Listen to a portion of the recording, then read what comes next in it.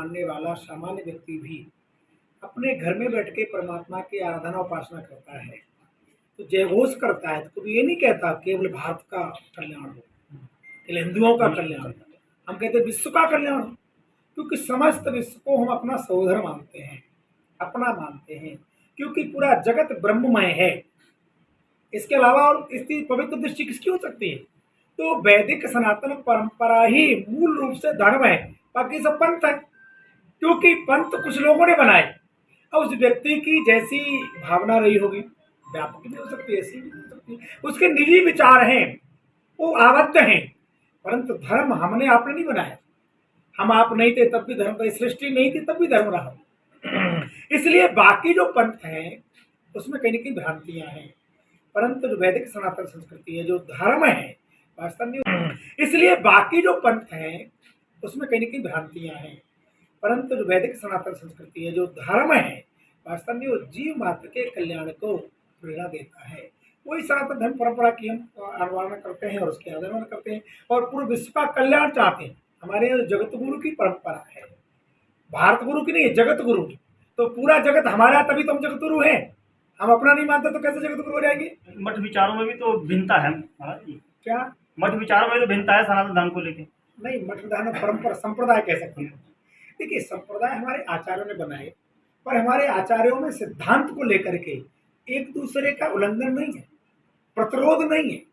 रास्ता अभी यहाँ से आप जाएंगे, कोई बस से जाएगा, कोई ट्रेन से जाएगा, कोई गाड़ी से जाएगा, कोई और साधन। धर्म परंपरा की हम अनुवाद करते हैं और उसके आदरण करते हैं और पूरे विश्व का कल्याण चाहते हैं। हमारे यहाँ जगत गुरु की परंपरा है, भारत गुरु की नहीं है, जगत गुरु की।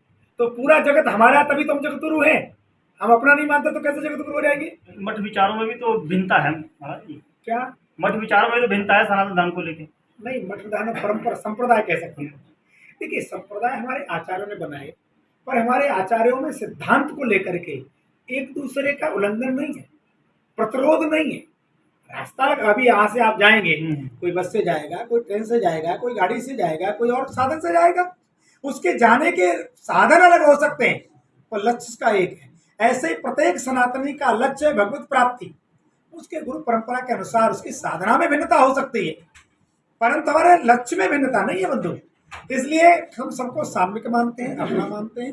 हमारे जितने मठ मंदिर हैं वो चेतना प्रदान करते हैं समाज को, कि हमारा संस्कार कैसा हो, हमारी भाषा, हमारा वेश, हमारा संबंध, हमारा संबोधन कैसा हो।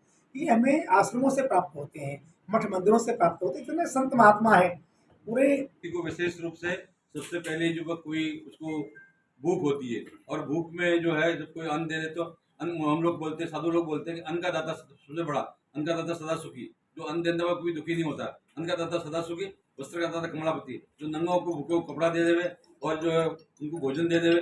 विशेष रूप से जो आज का जो विषय है वो भी ये भी है कि आप पूरा भारत के अंदर में जो आप इस टाइम में हमारे सब संतों का भी एक समय है कि जो हमारे देश के अंदर में जैसे अपराधियों के लिए कानून है, वैसे ही यूसी उसके लिए जो संविधान का जो पूर्ण रूप से जो आ रहा है मोदी जी के द्वारा या बीजेपी ने, बहुत से लोग इसका कुछ विरोध भी कर रहे हैं। तो निश्चित रूप से इन्होंने 2019 में घोषणा कर दिया था, घोषणा पत्र में उनका है कि हम सामान्य नागरिकता जो है वो लाएंगे। तो अब सामान्य नागरिकता के में अभी जो विशेष रूप से किसी भी धर्म का, किसी संप्रदाय का, किसी का कोई अपमान नहीं है, किसी जाति का, सबका सम्मान होगा और सबको अधिकार सुरक्षित रहेंगे। तो यह कानून आने से जैसे हमारा कोई अपराध करता है तो उसमें धारा से हमारे माननीय प्रधानमंत्री जी ने पदभार संभाला है भारत का, तब से कोई परिस्थिति खराब है ही नहीं।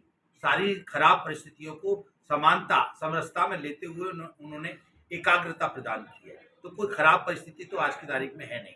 अब बात आती है पिक्चर की, तो जिनको जितना ज्ञान है, जो अज्ञानी लोग हैं, जिनको सनातन धर्म के विषय में ज्ञान ही नहीं है, जिनको भगवान राम के विषय का ज्ञान ही नहीं है, तो वो अज्ञानी लोग क्या करेंगे? जैसा उनको ज्ञान है वो वैसा प्रदर्शन करते हैं, वैसा अपनी वाणी से बोल देते हैं, परंतु उसको समाज जो है नकार देती है। समाज को ज्ञान है आध्यात्मिक दृष्टि का, सनातन धर्म का, तो वो समाज जो है उनको नकार रही है और उनका जो सम्मान मिल रहा था वो अपमान में स्वतः ही बदल रहा है। इसमें संत लोगों का तो बहुत बड़ा योगदान है ही है। संत लोग तो प्रेरणा दे ही रहे हैं। हमारे महामंत्री जी प्रवक्ता हैं। आज के युवा का, आजकल जो युवा है उनको आप क्या संदेश देना चाहेंगे? मैं आज के युवा को यही संदेश देना चाहूंगा कि वो सबसे पहले अपनी माँ को परमपिता परमात्मा के रूप में हम उनको देखते हैं, तो माँ के रूप में देखते हैं। इसलिए हमारे 4 वेद, 6 शास्त्र, 18 पुराण सबसे पहले कहते हैं तमेव माता, यानी कि परमात्मा सबसे पहले कौन है? हमारी माँ है। तो मैं युवाओं को ये कहूँगा कि वो सनातन धर्म को धारण करते हुए माता पिताओं के चरण स्पर्श करें और उनका आशीर्वाद हमेशा लें। उनके आशीर्वाद से, क्योंकि एक माँ का आशीर्वाद पुत्र को वज्र का कर देता है, सारी समस्याओं का समाधान हो जाता है। तो वो जो माता पिताओं का चरण स्पर्श करके आशीर्वाद लेंगे तो उनकी उन्नति होगी और वो अपने शिखर तक पहुंचेंगे, अपने लक्ष्य की प्राप्ति करेंगे। अभी देख रहे हैं यहाँ पर श्री राम भव्य मंदिर का भी एक रखा हुआ है और बहुत जल्दी वो तैयार भी होने वाला है। कहते हैं जनवरी में बहुत बड़ा उसका उद्घाटन भी हो जाएगा और शायद वो तैयार भी हो जाएगा। तो आपकी तरफ से क्या कहना है? श्री राम मंदिर का जो तैयार हो रहा है, बहुत बड़ा एक देश के लिए एक भविष्य उज्जवल है उस पर। देखिए, भगवान श्री राम पूरे विश्व के हैं, हमारे देश भारत के ही नहीं है, क्योंकि राम 3 अक्षर से मिलकर के बने हैं, रे और ए और मैं। और पूरा समस्त जो सृष्टि है वो सूर्य से चलती है। सूर्य को हम रवि कहते हैं, रवि का पहला अक्षर रे, और सूर्य के बाद हमसे जुड़ती है अग्नि। हमारे अंतःकरण में जो अग्नि प्रज्वलित होती है तो हमारी चेतना जागृत होती है, तो अग्नि का पहला अक्षर है। और फिर शांति, शीतल। मंत्री की भी इज्जत होती है ऐसी बात नहीं है। भले बात में होता है।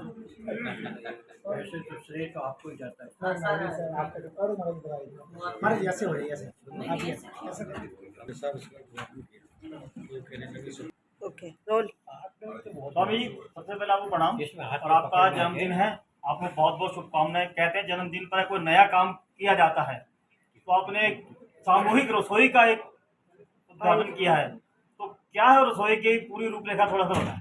जी, रसोई की रूपरेखा एक है, जो हमारे गरीब लोग हैं, दरिद्र नारायण हमारे संत, अभ्यागत संत, जो भी समस्त जिनको भोजन किसी कारणवश उपलब्ध नहीं हो पा रहा है, उन सबको भोजन देने का संकल्प मैंने किया है, एक बात। दूसरी बात, दिल्ली के जितने भी सरकारी अस्पताल है उनकी मैंने मरीजों की पीड़ा देखी है कि जो मरीज अंदर भर्ती है उसके साथ में जो लोग आते हैं उसके भजन करते हैं, अनुष्ठान करते हैं, साधना करते हैं। तो इस समय तो ये 4 मास ऐसे हैं जिसमें सभी संत महापुरुष चातुर्मास करते हैं और अपने इष्ट देवता को प्रार्थना करते हैं, सिद्ध करते हैं कि देश की, राष्ट्र की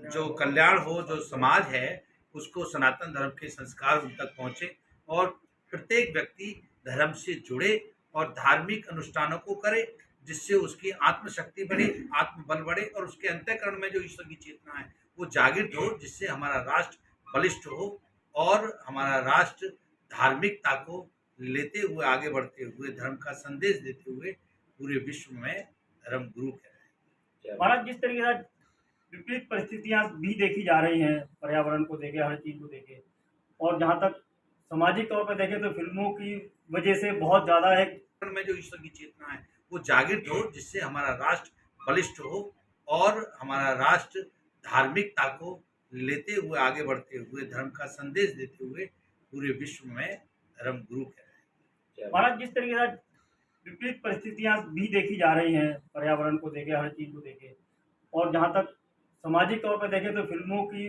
वजह से बहुत ज़्यादा एक डिस्टेंस बनता चला जा रहा है, लोगों में भावनाएं, इन भावना होती चली जा रही है।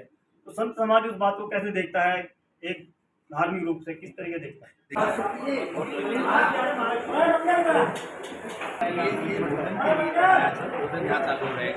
ऊपर पूरा बनेगा, कुछ बनेगा, चूल्हे आज आने बड़े बड़े और मैं